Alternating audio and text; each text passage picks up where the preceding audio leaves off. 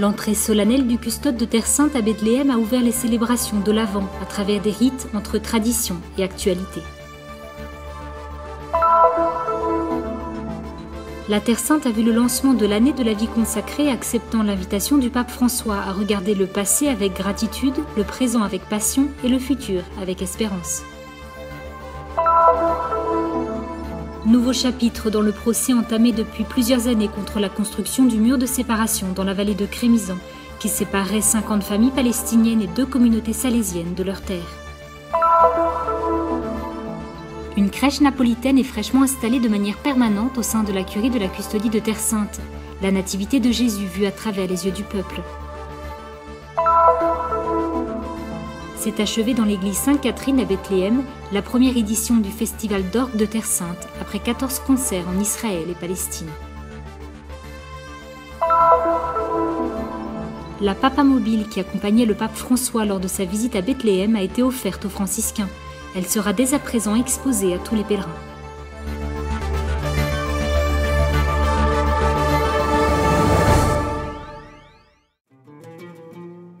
Le mur de séparation entre Bethléem et Jérusalem, exceptionnellement, est ouvert et une longue procession de voitures, beaucoup avec des plaques d'immatriculation palestinienne, peuvent le traverser et entrer en territoire israélien. Voilà ce qui arrive lors de l'entrée solennelle du custode de Terre Sainte à Bethléem, qui, la veille du premier dimanche de l'Avent, est accueilli par les chrétiens de Bethléem et du village voisin de Beth Jala devant le sanctuaire orthodoxe de Saint-Élie. Un geste dans lequel on peut voir une métaphore du voyage que chaque chrétien est appelé à faire pendant l'Avent. Marcher vers Jésus qui vient, en dépit des difficultés de tous les jours. Une tradition ancienne, appelée statu quo en Terre Sainte, vient en ce jour se réconcilier avec l'actualité, même la plus difficile. Il y a eu beaucoup de changements, le mur a été construit, mais nous avons insisté pour que cette tradition, qui remonte à des centaines d'années, puisse perdurer. Nous sommes sortis de Bethléem et de Beit Jala par ce qui constitue la route principale depuis des centaines d'années, la rue où se trouve le mur aujourd'hui. Le jour d'aujourd'hui marque le début des célébrations de Noël et nous allons avoir 4 semaines durant lesquelles tous les yeux seront tournés vers Bethléem. Cet endroit est considéré comme la limite de la municipalité de Beit Jala. Pour cette raison, les habitants de Beit Jala, les personnalités importantes, le maire, le comité de la ville, les chefs des institutions et des gens de différents groupes sont venus accueillir le custode de Terre Sainte. Pour moi, cela signifie beaucoup d'être ici parce que cette terre est la nôtre, ces églises sont les nôtres. J'entre ici en toute liberté, sans entrave, dans notre église. Et je suis très fière aujourd'hui d'être présente, aux côtés également des Israéliens qui sont ici. L'arrivée du custode, place de la Nativité, accueilli par une foule des autorités civiles, des moines, des scouts, des enfants et des jeunes des écoles de Bethléem, constitue le moment le plus attendu de la journée, un moment suivi de l'entrée dans la basilique. Dans l'embrassade avec les Arméniens et les orthodoxes, gardiens eux aussi de la basilique de la Nativité, en même temps que celle à Istanbul entre le pape et le patriarche orthodoxe Bartholomé, une autre image est saisie, celle du custode de Terre Sainte, qui lui aussi aspire à l'unité en cette période de l'histoire de grandes difficultés. Je ne vais pas m'avancer trop vite, mais j'espère qu'il y aura, au moins en cette période de préparation à Noël, une pause de rencontre entre les chrétiens de toutes les communautés. Je crois que les difficultés resserrent les liens entre nous. Nos rapports sont plus cordiaux, nous sommes plus proches, et je crois que c'est un bon signe. Au cours des différentes prières de la liturgie des heures qui se sont succédées durant le reste de la journée, la procession vers la grotte de la Nativité et l'allumage de la première bougie de l'Avent ont amené les fidèles au cœur du mystère de ce temps unique de l'année liturgique.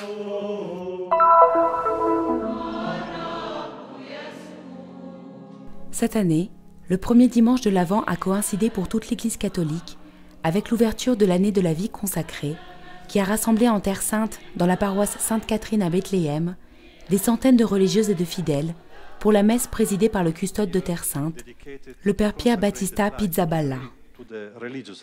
Plus de 50 prêtres ont pris part à la célébration autour de l'évêque auxiliaire de Jérusalem, Monseigneur William Chomali. Des dizaines de congrégations ont également participé dans une atmosphère emplie de joie et de spiritualité.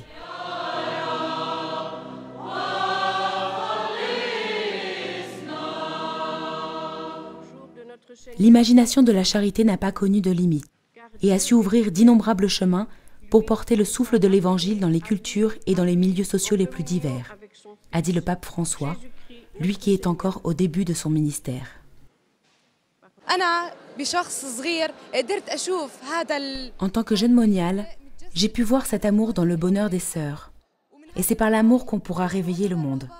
Avec l'amour et la grâce de Dieu qui agissent dans les cœurs et avec le Saint-Esprit. Le père Dany raconte combien cette année de la vie consacrée lui rappelle les rêves de Don Bosco qui, à son avis, peuvent inspirer ceux qui, avec le pape François, veulent contribuer au réveil de l'humanité. Notre mission est d'ouvrir les yeux des jeunes sur ce qui est le but réel de leur vie et les moyens d'y parvenir.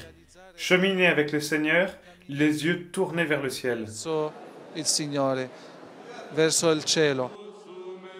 Après 60 années de vie consacrée et l'esprit encore jeune, sœur Clémentine dit combien ses paroles prophétiques lui ont donné plus de courage pour réaffirmer son engagement pour l'Église.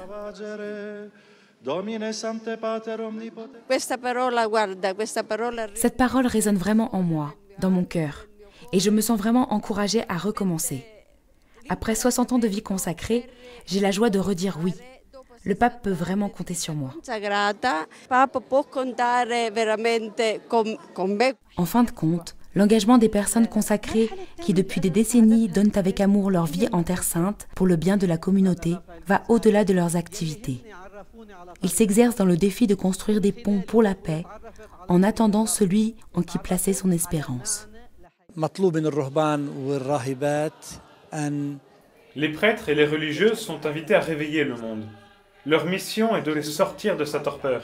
Celui qui n'est pas dans l'attente est complètement endormi. Une personne importante va arriver, c'est Jésus. C'est notre mission, rappeler au monde que Jésus va revenir.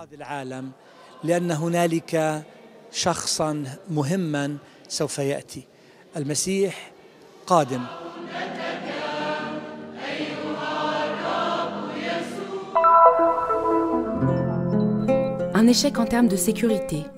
C'est ainsi que le Conseil de paix et de sécurité, consulté par la Cour suprême israélienne de justice, a décrit les dernières propositions faites par le ministère de la Défense d'Israël sur la construction d'une partie du mur de séparation entre la Palestine et Israël dans la vallée de Crémisan.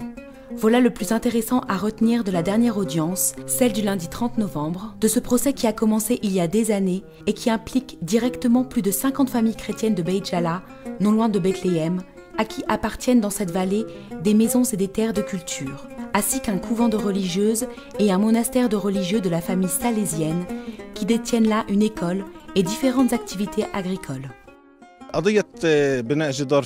L'affaire de la construction du mur à Crémisan, dans la commune de Beit Jala, a commencé en 2004 et le procès se poursuit encore aujourd'hui. 10 ans donc, durant lesquels de nombreuses propositions ont été faites quant à l'itinéraire du mur. La dernière proposition, qui est encore en cours, est vraiment inacceptable. Les récentes alternatives proposées par le gouvernement israélien prévoient à chaque fois de séparer la vallée en deux avec le mur et offrent parmi les solutions de clôturer la route reliant les deux monastères, qui resteraient tous les deux en Palestine, de créer des portes d'accès avec des caméras de surveillance ainsi que des portes agricoles pour les paysans puisque les terres se retrouveront en territoire israélien. Il est proposé aussi de confier aux sœurs le contrôle de sécurité au niveau de l'entrée. L'idée qu'Israël puisse mettre une porte ici nous fait peur. Il y a d'autres histoires comme ça au nord de la Palestine, la construction du mur et de portes pour laisser les propriétaires semer et récolter les bénéfices de leurs terres. Le nombre d'agriculteurs n'a fait à chaque fois que diminuer très rapidement sur 2 ou 3 ans. La Société Saint-Yves pour les droits de l'homme, née au sein du patriarcat latin de Jérusalem, représente légalement les religieuses et religieuses du couvent salésien. Pour sensibiliser l'opinion publique internationale à propos de cette affaire, des diplomates, des représentants des Nations Unies et des ONG du monde entier ont été invités pour une reconnaissance des lieux. Nous exigeons que le mur soit construit loin des terres agricoles, mais aussi des résidents de Beit Jala. Dans une zone retirée, où le dommage serait mineur pour le couvent, pour les résidents, ainsi que pour l'environnement. Dans l'imbroglio juridique complexe de l'affaire de la vallée de Crémisan, le soutien apporté par l'Église à la population locale reste fondamental. Les gens gardent toujours l'espérance que cela va s'arranger, mais nous avons tellement peur parce que la question de Crémisan est une question très sensible. Cette terre pour eux est comme un lieu refuge, pour venir prendre l'air, prier, trouver le calme, se retirer. Si de fait ces terrains leur sont pris, ces familles n'auront plus d'endroit où aller et se retrouveront alors d'autant plus exposées à l'immigration.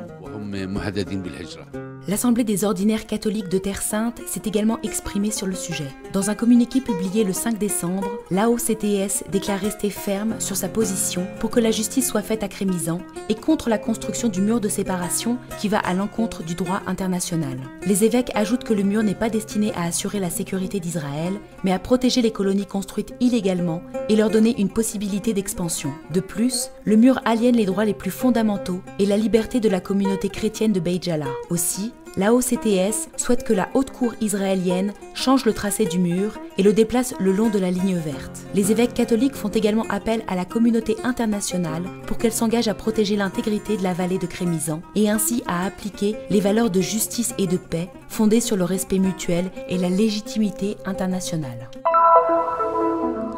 La tradition napolitaine est tout à fait unique. Nous construisons des crèches dans le monde entier. La nativité de Jésus vue à travers les yeux du peuple. Voici la crèche napolitaine, une expression artistique et de foi qui, depuis le XVIIIe siècle, a atteint des sommets dans la qualité de son artisanat. La custodie de Terre Sainte, soutenue par l'association Pro Terra Sancta, en a ardemment désiré une installation permanente au sein de la curie. E la bellezza viene da Dio. Dostoevsky in un suo romanzo. La beauté vient de Dieu. Dostoïevski, dans son roman, fait dire à son personnage « La beauté sauvera le monde ». Et par beauté, il faut entendre la beauté avec un B majuscule, la beauté qui vient de Dieu. La beauté accompagne toujours aussi la bonté, la plupart du temps. Nous devons donc essayer de découvrir cette beauté et cette bonté qui se trouve en chacun de nous. Cercare di riscoprire questa bellezza e questa bontà che è in ognuno di noi. Avoir cette crèche en Terre Sainte signifie annoncer ici que le Fils de Dieu est vraiment homme, qu'il est entré dans l'histoire. Dans une histoire compliquée, conflictuelle, difficile, mais il y est entré, il est venu. La crèche napolitaine et ses multiples santons nous rappellent comment nous pouvons nous retrouver autour de Noël. Non pas parce que nous oublions les conflits, mais parce que nous nous trouvons un repère là-haut d'où regarder les conflits autrement. L'amour de Dieu pour l'humanité. Un pont entre Naples et la Terre Sainte. Une centaine de santons, habillés comme au XVIIIe siècle napolitain, tous façonnés à la main dans le respect de la tradition. 6 mois de travail. Telle est la grandeur et la beauté de cette pièce unique qui restera en permanence à Jérusalem, enracinée dans la tradition qui voit dans Saint François le témoignage le plus important de la tradition multiséculaire de la crèche. Nous souhaitons que cette crèche soit connue de tous les élèves de nos écoles de Terre Sainte, de tous les élèves de toutes les écoles de la région de Jérusalem, ainsi que des pèlerins. Que les paroissiens puissent sentir aussi que cette crèche est la leur. Nous souhaitons qu'elle soit considérée dans les cœurs de tous comme la crèche de la vieille ville, et que tout le monde puisse y venir prier, méditer et se sentir chez lui. Pregare, meditare e sentirlo come proprio.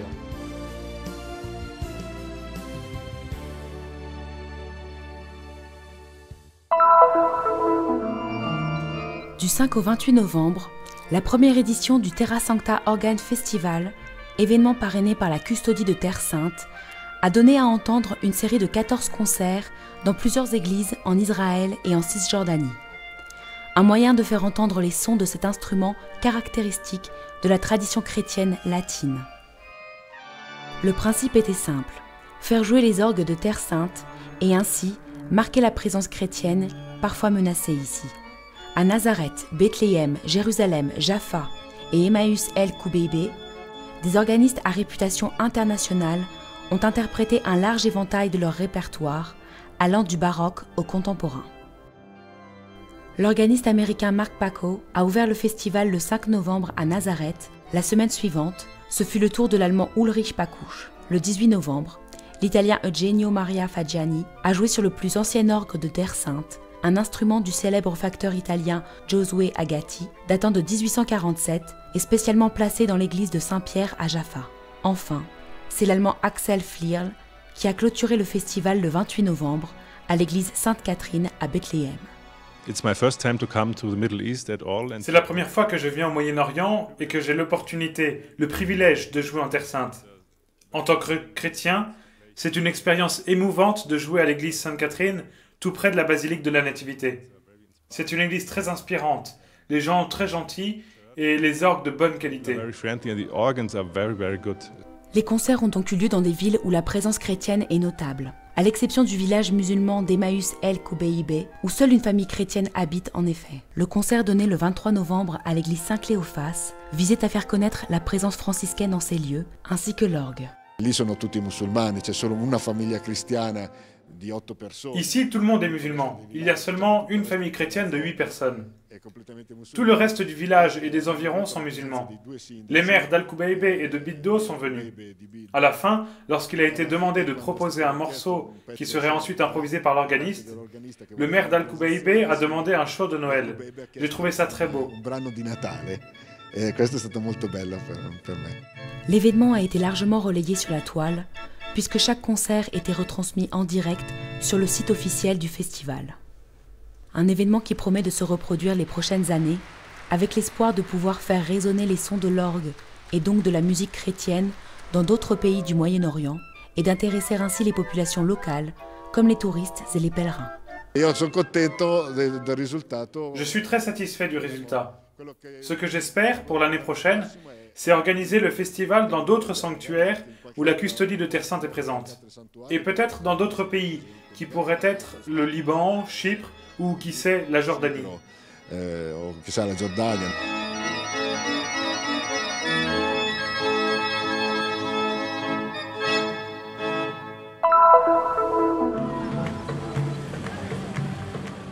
L'image du pape François dans les rues de Bethléem le 25 mai dernier est encore dans les esprits et les cœurs de beaucoup. Le passage et la prière au pied du mur de séparation, puis l'arrivée sur la place de la Mangeoire, accueillis par les visages enthousiastes et les voix des milliers de fidèles arrivés de toute la Palestine. Une foule émue qui a mis son espérance de paix et de justice dans cette visite. La voiture à bord de laquelle le pape François a parcouru la ville ce jour-là est maintenant revenue à quelques pas de la place de la Mangeoire. Le président de l'autorité palestinienne, Mahmoud Abbas, l'a en effet donnée à la custodie de Terre Sainte. Elle sera maintenant exposée de manière permanente sur la place, en face du glacier, et ainsi visible par tous les pèlerins.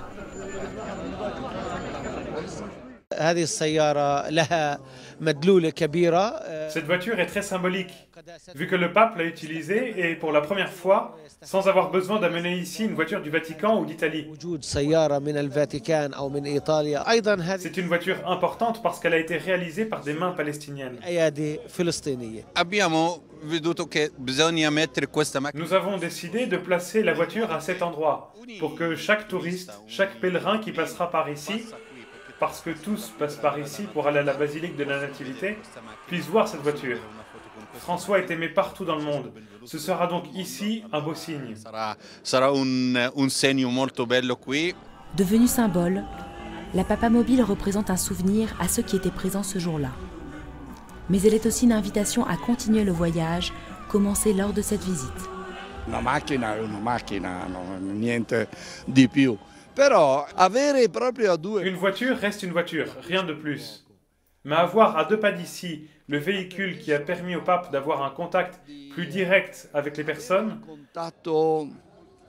più diretto con la gente, no? Penso che aiuterà le persone non solo a ricordare. Je pense que cela va aider les gens, non seulement à se souvenir, mais aussi à questionner le sens qu'a eu la visite du pape et à se demander si nous cultivons ce qu'a semé le pape ici. Ha lasciato, lo stiamo tenendo vivo. Le message du pape, lors de sa dernière visite en Terre Sainte, a été un message de paix. Il a beaucoup prié pour la paix sur cette terre de la paix.